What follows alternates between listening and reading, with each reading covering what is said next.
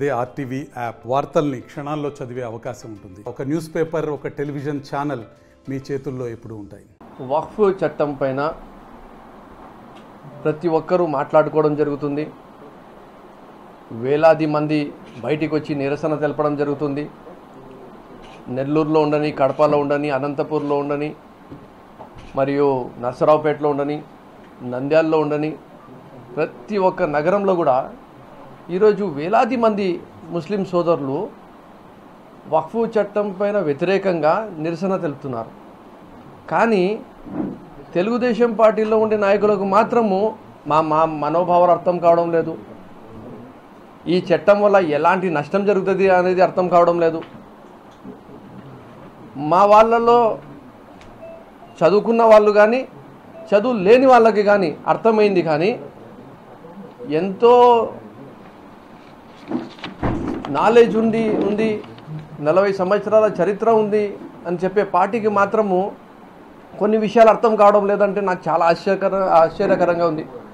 నిజంగా చెప్పాలంటే ఈ చట్టం తీసుకొని రావడం వల్ల ముస్లిం సమాజానికి మేలు జరుగుతుందా, నష్టం జరుగుతుందా? ఖచ్చితంగా దీనివల్ల నష్టం జరుగుతుంది అని ముస్లిం సమాజం నమ్ముతుంది. ఈ చట్టం ద్వారా అన్కాన్స్టిట్యూషనల్గా తీసుకొని వచ్చినారు అంటే రాజ్యాంగం ఏదైతే హక్కులు కల్పించిందో దానికి విరుద్ధంగా ఈ చట్టం తీసుకొని వచ్చినారు అని చెప్పి ప్రతి ఒక్కరూ నమ్ముతున్నారు. ఈ చట్టం వల్ల గత 500 సంవత్సరాల నుంచి మసీదులు ఉండని, ఖబ్రస్థాన్లు ఉండని, దర్గాలు ఉండని, ఈద్గాస్ ఉండని, ఆర్ఫనేజెస్ ఉండని, ఏవైతే అక్కడ నడుస్తున్నాయో వాళ్ళందరూ కూడా ఈరోజు 500 సంవత్సరాల క్రితం స్టార్ట్ అయినవి అన్ని ప్రాపర్టీస్ పేపర్లు ఇప్పుడు పోర్టల్లో ఎక్కాల్సిన పరిస్థితి ఉందా లేదా? మళ్ళీ 500 సంవత్సరాల క్రితం ఉండే పేపర్లు ఈరోజు లేకుంటే ఆ ప్రాపర్టీలు అన్యక్రాంతమయ్యే పరిస్థితి ఉందా లేదా? వక్ఫ్ బై యూజర్ అనేది మీరు తీసేశారా, తీసేయలేదా? ఆ వక్ఫ్ బై యూజర్ని ఎవరు దానిని నిర్ధారిస్తారంటే ఆ హక్కు తీసుకొని పోయి మీరు కలెక్టర్ చేతిలో పెట్టినారా లేదా? అంటే వక్ఫ్ బోర్డ్కి మీరు నిర్వీర్యం చేసినారా లేదా? మరి ఈరోజు చెప్పాలంటే దీని అన్నిటి వల్ల ముస్లిం సమాజం వెనుకబడిన సమాజం. ముస్లిం సమాజంలో ఉద్యోగాలు లేవు, విద్య లేదు, సరిగ్గా వాళ్ళకు వైద్యం అందడం లేదు, వాళ్ళు ఎంతో బీద పరిస్థితుల్లో బతుకుతున్నారు. కనీసం వాళ్ళకు ఒక మనశ్శాంతి ఏముండిందంటే మేము ధార్మికంగా మా ఆచరణల్ని మేము ప్రశాంతంగా డాక్టర్ బాబాసాహెబ్ అంబేద్కర్ గారు ఇచ్చిన రాజ్యాంగాన్ని బట్టి మేము చేసుకోగలుగుతున్నాము అని చెప్పి ఈరోజు ఒక మనశ్శాంతితో ఉండినారు. వాళ్ళకు ఉండేది ఒకటి మనశ్శాంతి, మేము మా ధర్మంని పాటించుకోగలుగుతున్నాము స్వేచ్ఛతో అని చెప్పి. ఆ స్వేచ్ఛని కూడా లేకుండా చేయడం కాదా ఈ యాక్ట్ వల్ల అని చెప్పి నేను సూటిగా అడుగుతున్నా. ఈరోజు ఢిల్లీ నుంచి గల్లీ వరకు, కాశ్మీర్ నుంచి కన్యాకుమారి వరకు ప్రతి ఒక్క వక్ఫ్ ఆస్తి లిటిగేషన్లో పోయే పరిస్థితి ఉందా లేదా అని చెప్పి నేను సూటిగా అడుగుతున్నా మా తెలుగుదేశం నాయకులకు, సోదరులకు. అరే ఇంతమంది లబోదిబో కొట్టుకుంటున్నారు స్వామి. 232 మంది ఎంపీలు వ్యతిరేకంగా ఓటు వేసినారు. జేపీసీలో ప్రతి ఒక్క ప్రతిపక్ష పార్టీ వ్యతిరేకంగా చెప్పింది. ముస్లిం సమాజంలో ఉండే ఆల్ ఇండియా ముస్లిం పర్సనల్ లా బోర్డు ఉండని, జమాత్ ఇస్లామీ ఉండని, జమీయతే ఉలమా ఉండని, అహ్లే హదీస్ ఉండని, సున్నతుల్ జమాత్ ఉండని, తబ్లీగీ జమాత్ ఉండని, ఎవరికి అడిగినా ఒకటే మాట చెప్తున్నారు, ఇది రాజ్యాంగానికి వ్యతిరేకంగా ఉంది, మాకు ఈ చట్టం వద్దు, దీనివల్ల నష్టం జరుగుతుంది, దీనివల్ల ఎన్నో ఇబ్బందులకి గురి అవుతాము, ఎన్నో లీగల్ కేసెస్ అయిపోతాయి, అలాగే హిందూ ముస్లిం అని గొడవలు కూడా సృష్టించే వాతావరణంకి వస్తుంది, దీంట్లో ఏదైతే సోదర భావం ఉందో, ఏదైతే ఐక్యత ఉందో అది పోయే పరిస్థితులు వస్తాయి అని వాళ్ళు చెప్తుంటే తెలుగుదేశం పార్టీ నాయకులకు అర్థం కావడం లేదు.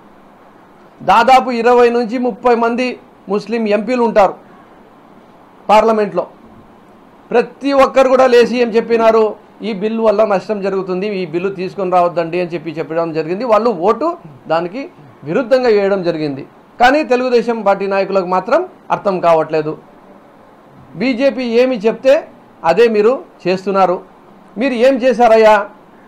లోక్సభలో ఓటేశారా లేదా, రాజ్యసభలో ఓటేశారా లేదా తెలుగుదేశం పార్టీ సూటిగా అడుగుతున్నా. కానీ వాళ్ళ అబద్ధాలు ఎట్లా ఉంటాయంటే, మా ఫ్లోర్ లీడర్స్ మిథున్ రెడ్డి గారు ఉండని లోక్సభలో, రాజ్యసభలో వైవి సుబ్బారెడ్డి గారు ఉండని లేచి నిలబడి ఇది అన్కాన్స్టిట్యూషనల్ బిల్ ఉంది కాబట్టి, ఫండమెంటల్ రైట్స్ ఆఫ్ ద సిటిజన్స్కి వ్యతిరేకంగా ఉంది కాబట్టి మేము దీనికి ఓటు అగెయిన్స్ట్గా వేస్తున్నాము అని చెప్పడం జరిగింది. కానీ దుష్ప్రచారం ఎట్లా ఉంటుందంటే, తెలుగుదేశం పార్టీది ఓటు వేసింది వాళ్ళు, ఈరోజు ఎన్డీఏ కూటమిలో ఉండేది వాళ్ళు, ఈరోజు బీజేపీ పాలసీస్కి సహకరిస్తున్నది వాళ్ళు, ఈరోజు కేంద్రంలో ప్రభుత్వం నిలబడింది అంటే అది తెలుగుదేశం పార్టీ వల్ల అనేది అందరికీ తెలిసిన విషయమే. కానీ చెప్పేది ఏమి అంటే వైఎస్ఆర్ కాంగ్రెస్ పార్టీ పైన బురద వేసేయాలి. అరే బాస్, అట్లీస్ట్ మా దగ్గర గట్స్ ఉన్నాయి, మేము ఒక స్టాండ్ తీసుకున్నాము. ఎస్, మేము ముస్లిం సమాజానికి అన్కాన్స్టిట్యూషనల్ బిల్ ఉంది, వాళ్ళ ఫండమెంటల్ రైట్స్ని వాళ్ళు అనగదొక్కే విధంగా ఇది ఉంది కాబట్టి మేము వాళ్ళని సపోర్ట్ చేస్తున్నామని చెప్పి ఎస్ మేము ఒక స్టాండ్ తీసుకున్నాము. ఒక్క స్టాండ్ మీరు క్లారిటీగా తీసుకోండి. లోక్సభలో వేయలేదు, రాజ్యసభలో వేయలేదు, కానీ వైఎస్ఆర్ పార్టీ మాత్రము రాజ్యసభలో ఓటు వేయలేదంట. మరి వైవి సుబ్బారెడ్డి గారు నిలబడి ఎందుకు మాట్లాడారు? ఎందుకు స్టాండ్ మా పార్టీ ఇంత క్లియర్గా తీసుకుంది? ఈరోజు బీజేపీకి వ్యతిరేకంగా ఈరోజు మేము నిలబడలేదా? మీరు నిలబడగలుగుతారా సార్? చంద్రబాబు నాయుడు గారు, నారా లోకేష్ గారు, ఈరోజు మీ వల్ల కేంద్రం ఉంది, వాళ్ళ వల్ల మీరు లేరు సార్. ఈ ముస్లిం సమాజం అంతా యావత్తు భారతదేశంలో మీ పైన, నితీష్ గారి పైన చూస్తూ ఉండిపోయారు. 40 సంవత్సరాల secular party leaders, Narendra Modi గారి కన్నా ఎక్కువ చాణక్య మీరు, నరేంద్ర మోడీ గారి కన్నా ఎక్కువ సీనియర్ మీరు, ఖచ్చితంగా మీరు దీనికి ఆపుతారు అని చెప్పి ప్రతి ఒక్కరు అనుకున్నారు. మీరు కాదా మోసం చేసింది? 40 సంవత్సరాలు మీ ఎన్నికల గొర్రెల్లక ముస్లిం సమాజం నడవలేదా? మొన్న ఎలక్షన్స్ ముందు కూడా మీరు చెప్పిన మాటకి బీజేపీతో తోడుగా ఉన్నా మిమ్మల్ని నమ్మి ముస్లిం సోదరులు ఓటు వేయలేదా? మీరు కాదా చెప్పింది నల్ల చట్టాలు వస్తే మేము వ్యతిరేకంగా నిలబడతామని చెప్పి? మీరు బీజేపీలకు క్లారిటీగా చెప్పాల్సింది ఆ రోజు, మాకు మీ ఓటు వద్దు అని చెప్పి. మీరు చెప్పలేదు కదా. మీరేం చెప్పారు?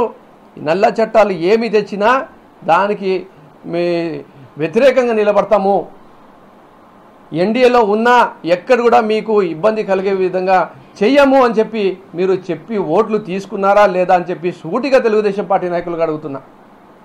సరే, నేను వైఎస్ఆర్ కాంగ్రెస్ పార్టీ, నేను ఒక రాజకీయ నాయకుడిని, నా పార్టీ గురించి నేను గొప్పగా చెప్పుకోవాలా అని చెప్పి నేను ఇక్కడ కూర్చొని మాట్లాడుతున్నా అని చెప్పి అనుకుందాం అనుకోండి. వేలాది మంది ఎవరైతే ర్యాలీలు తీస్తున్నారో, మరి మీ ఎమ్మెల్యేలు కానీ, మీ ఎంపీలు కానీ, మీ మంత్రులు కానీ ఆ ర్యాలీల్లో వచ్చి నిలబడి మాట్లాడే దమ్ము ధైర్యం ఉందా అని చెప్పి నేను సూటిగా అడుగుతున్నా. ఎందుకయ్యా ఇంత అబద్ధాలు? మీరు ఒక స్టాండ్ తీసుకున్నారు, మేము ఒక స్టాండ్ తీసుకున్నాము. మీరు బీజేపీ ఎన్డీఏ కూటమితో ఉండాలి, ఓటు వేయాలి అని చెప్పి వేశారు, మేము వ్యతిరేకంగా వేయాలని చెప్పి అనుకున్నాము, వేసినాం. దానిపైన కూడా దుష్ప్రచారం ఎందుకు? సరే, జేపీసీలో వ్యతిరేకించినాం, మీకు కనపడలేదు. లోక్సభలో ఓటు వేసినాం, మీకు కనపడలేదు. రాజ్యసభలో ఓటు వ్యతిరేకంగా వేసినాం, మీకు కనపడలేదు. బాబు, మేము సుప్రీంకోర్టులో కేసు వేసినాం సార్. ఈరోజు లిస్ట్ అయ్యింది సుప్రీంకోర్టులో కేసు, నంబర్ 36 పైన ఉంది. మరి మీరు సుప్రీంకోర్టులో కేసు వేయగలుగుతారా అని చెప్పి నేను సూటిగా ప్రశ్న అడుగుతున్నా తెలుగుదేశం పార్టీకి, చంద్రబాబు నాయుడు గారికి, నారా లోకేష్ గారికి. మేము వేసినాం సుప్రీంకోర్టులో కేసు.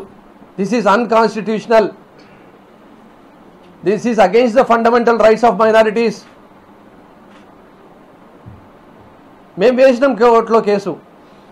ఇంత క్లారిటీగా స్టాండ్ తీసుకున్నా మీరు మాత్రం ఇంకా రాజకీయాలు చేయాలనుకుంటున్నారు.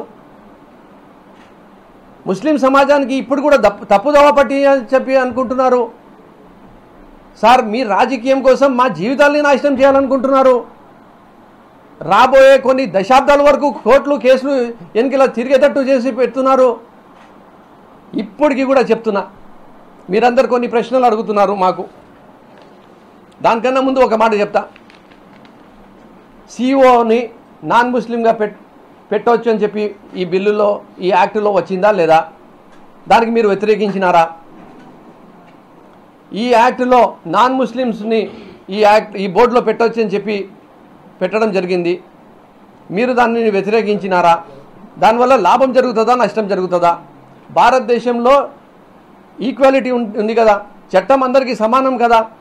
మరి హిందూ దేవస్థానాల్లో కానీ, హిందూ బోర్డ్స్లో కానీ, క్రైస్తవ బోర్డ్స్లో కానీ, సిక్కుల బోర్డులలో కానీ, జైన్స్ బోర్డులలో కానీ, పార్సీలు బోర్డులలో కానీ ఎక్కడ కూడా ఇతర మతస్థులు ఉండరు కదా సార్.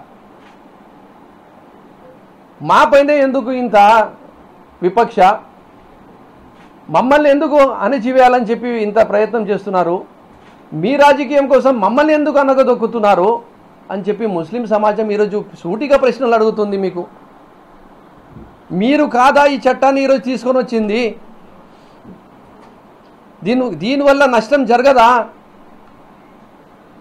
ఈరోజు ఆర్టికల్స్ బాబాసాహెబ్ అంబేద్కర్ గారు అందరికీ సమానంగా హక్కులు ఇచ్చినారు, స్వేచ్ఛ ఇచ్చినారు కాబట్టి ఈరోజు నేను కూర్చొని మీ ముందర మాట్లాడగలుగుతున్నా.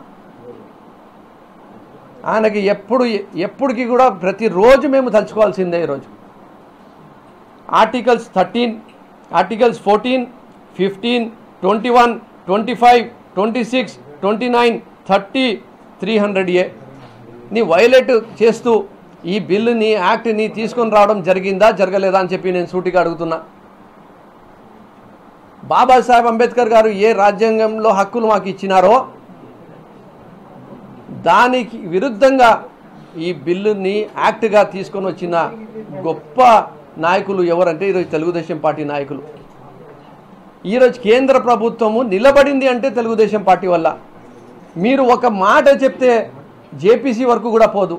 మీరు ఒక మాట చెప్తే లోక్సభలో పెట్టరు. మీరు ఒక మాట చెప్తే లోక్సభలో, రాజ్యసభలో ఆగిపోతుంది. మళ్ళీ మీరు డ్రామాలు ఆడుతున్నారా? వైఎస్ఆర్ కాంగ్రెస్ పార్టీ డ్రామా ఆడుతుందా? నేను మీకు సూటిగా అడుగుతున్నా సార్. మేము సూటిగా అడిగితే మా పైన కేసులు, మేము సూటిగా ప్రశ్నలు అడిగితే మమ్మల్ని తిట్టిస్తారు. మేము సూటిగా అడిగితే మా గొంతుల్ని నొక్కేయాలని చెప్పి ప్రయత్నం చేస్తారు. మేము సూటిగా అడిగితే మమ్మల్ని అణచివేయాలని చెప్పి ప్రయత్నం చేస్తారు.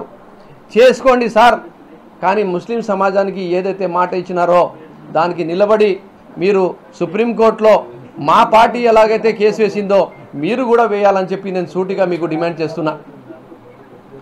మా పార్టీతో పాటు గౌరవ అధ్యక్షులు వైఎస్ జగన్మోహన్ రెడ్డి గారి ఆదేశాల మేరకు పార్టీలో చర్చించిన తర్వాత పార్టీతో పాటు ఒక ముస్లిం సోదరుడు కూడా దీంట్లో పెటిషన్లో ఉండాలని చెప్పి నన్ను కూడా పెటిషనర్ నెంబర్ 2గా పెట్టడం జరిగింది. I'm also party in supreme court. ఈరోజు మా కేసు లిస్ట్ అయ్యింది. మరి మీ కేసు యాడుంది సార్? మీ కేసు తెలుగుదేశం పార్టీ ఆఫీస్లో మీడియా పాయింట్లో నడుస్తుంది. మా కేసు సుప్రీంకోర్టులో నడుస్తుంది. మరి మీకు మాకుండే తేడా అదే సార్.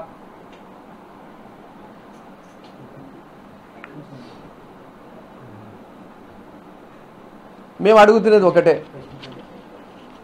ఎమ్మెల్యేలకి, మంత్రులకు, ఎంపీలకు, తెలుగుదేశం పార్టీకు మీరు నిజంగా చిత్తశుద్ధితో, నీతితో, నిజాయితీతో, ముస్లిం సమాజం పట్ల ప్రేమతో, నిబద్ధతతో ఉంటే మీరు ఖచ్చితంగా సుప్రీంకోర్టులో కేసు వేయాలి. ఈ యాక్ట్ని రిపీల్ అయ్యేటట్టు చేయాలి. ఏ అమెండ్మెంట్స్ వల్ల ఈరోజు ముస్లిం సమాజం ఆందోళనలో ఉందో దానికి రిపీల్ చేసే విధంగా ప్రతి ప్లాట్ఫామ్ పైన, ప్రతి ఫోరం పైన, ప్రతి చోట కూడా మీ వాయిస్ వినిపించే విధంగా చేయాలి. లేదంటే ఈరోజు నుంచి మీరు మా పైన బురద చల్లడం మానుకోవాలి అని చెప్పి మీకు సూటిగా తెలియజేసుకుంటున్నా. మరిన్ని వీడియోస్ కోసం ఛానల్ ని సబ్స్క్రైబ్ చేయండి. లేటెస్ట్ అప్డేట్స్ కోసం వాట్సాప్ ఛానల్ ని ఫాలో చేయండి. అండ్ లింక్ డిస్క్రిప్షన్ లో ఉంది.